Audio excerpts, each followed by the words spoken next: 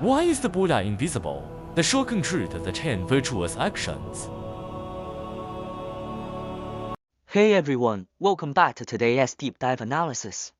What we're really talking about today is absolutely fascinating. As you read on, you'll see how it unexpectedly turns into a hard-hitting masterclass lesson on human psychology and personal responsibility. Regardless of whether you're familiar with ancient classical texts, today's content will definitely give you a whole new perspective on the concept of karma. Let's jump right into it.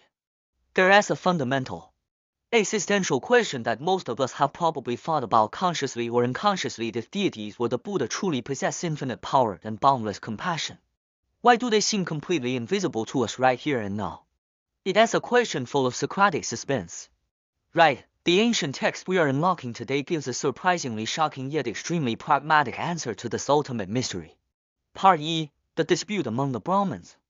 To understand the logic behind this, we need to travel back to ancient India, to a city called Arthas.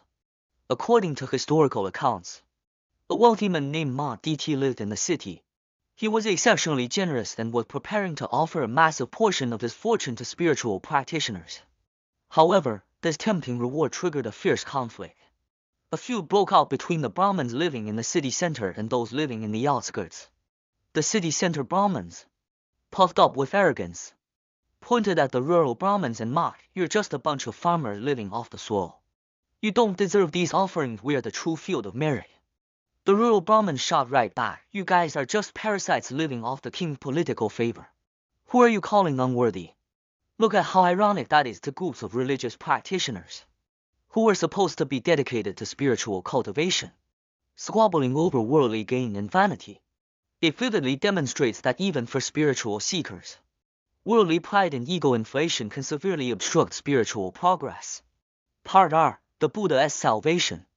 According to the texts, Shakyamuni Buddha possessed boundless wisdom and compassion. His care for living beings never departs for even a single second, just like the ocean never truly departs from its waves. While these Brahmins were arguing red-faced over fame and fortune, the Buddha took notice of them. Interestingly, the Buddha didn't just dismiss them, thinking, these people are so worldly and annoying. On the contrary, he saw that the perfect opportunity to guide them, what is known as dependent arising, had fully matured. What happened next was like a classic theatrical deus ex machina. To shatter the pride of these Brahmins, the Buddha immediately led his monks, manifested supernormal powers, and flew directly through the sky to the middle of the argument. Picture that scene in your mind. These arguing Brahmins look up, see the Buddha descending from the heavens, and are instantly awestruck. Boundless joy surges in their hearts. The Buddha took a seat and hit the root cause head on, explaining in detail the various downfalls of greed and chasing worldly wealth.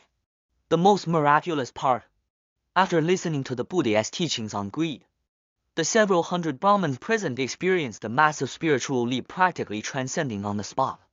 Some instantly reached the stages of warmth, pique, patience, and highest mundane virtues.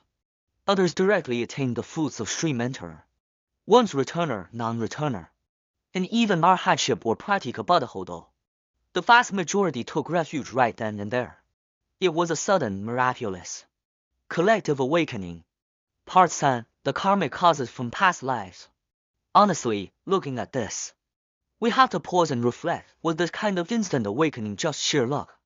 In fact, the monks standing beside the Buddha back then were equally confused.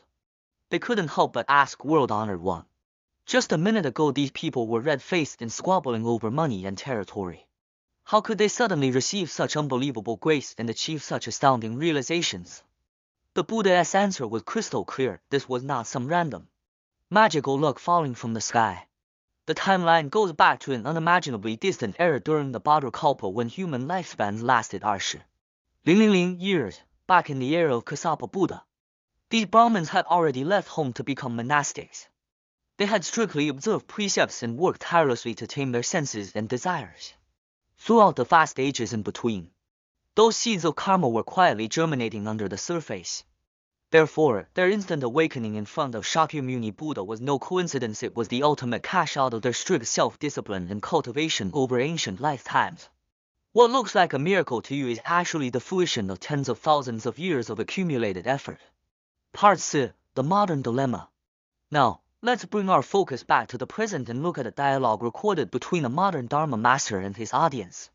The master posed a sharp question to the crowd, and I'd like to use this opportunity to ask you, right in front of your screen, if the Buddha could fly across mountains and rivers in ancient times to save those Brahmins, can he fly to each of our sides right now to help us achieve realization? Take a second to think about your answer. This is a brilliant, thought-provoking counter-question. If you think he can, then why hasn't he appeared right in front of you yet? If you think he cannot, what is your reason? Has the Buddha lost his compassion? Or did he suddenly lose his infinite powers? This powerful, almost confrontational question directly challenges our subconscious tendency to passively wait for divine intervention. It forces us to search for the real reason behind his invisibility. Which brings us to the most vital point of today's topic. Part 2. Prerequisites to see the Buddha. The text reveals a strict, yet profound truth: sacred miracles are not free lunches. They require you to first possess a deep sense of personal moral responsibility. There is a direct, almost painful quote from the Sutra. Every movement, every thought of the beings in Jambudvipa is nothing but karma, nothing but sin. This is a serious assessment. It tells us without reservation that human nature is filled with unexamined flaws. Our daily thoughts and actions are constantly dragged down by unreflected negative karma and greed. Think about it: if a person cannot even discipline their own body, speech, and mind, how could higher dimensional wise beings casually reveal themselves? Next, the concept cited from the Avatasaka's trace even more shocking: deities and Buddhas do not merely ignore those who are unprepared, they actively hide themselves. The Sutra explains that if you lack a solid moral foundation, even if a Buddha or Bodhisattva comes right next to you, they will use their spiritual power to cover your eyes and block your ears, making it impossible for you to see or hear them. Why? It's not that they refuse to come, it's that our inner minds are so full of greed, anger, and ignorance that our receiver antenna is entirely corrupted by noise, blocking the signal completely. The core takeaway: the 10 virtuous actions. So, after coming full circle, what is the ultimate key? The text emphasizes the 10 virtuous actions. These are the foundational moral behaviors governing our 6 sense faculties. They are the absolute prerequisite for any spiritual success. As the Sutra of the 10 virtuous actions metaphors, trying to pursue high spiritual realms or reciting endless sutras without the 10 virtuous actions as a foundation is like building a skyscraper in midair or trying to plant rice in thin air. It is a complete fantasy. As the old saying goes, when the foundation is weak, the building shakes. Final thoughts. As we wrap up today's deep dive, I want to leave you with a thought-provoking question. When facing life hardships or seeking wisdom, are you passively waiting for a miracle to drop from the sky? Or are you actively practicing moral self-discipline every day, managing your body and mind so that you actually make yourself worthy of a miracle? At the end of the day, if you want to witness a miracle, you first have to build yourself into a vessel capable of carrying one. I hope today's breakdown brought you some inspiration to face and take responsibility for every single thought and action in your daily life. Thank you so much for joining me today, and I'll see you in the next analysis.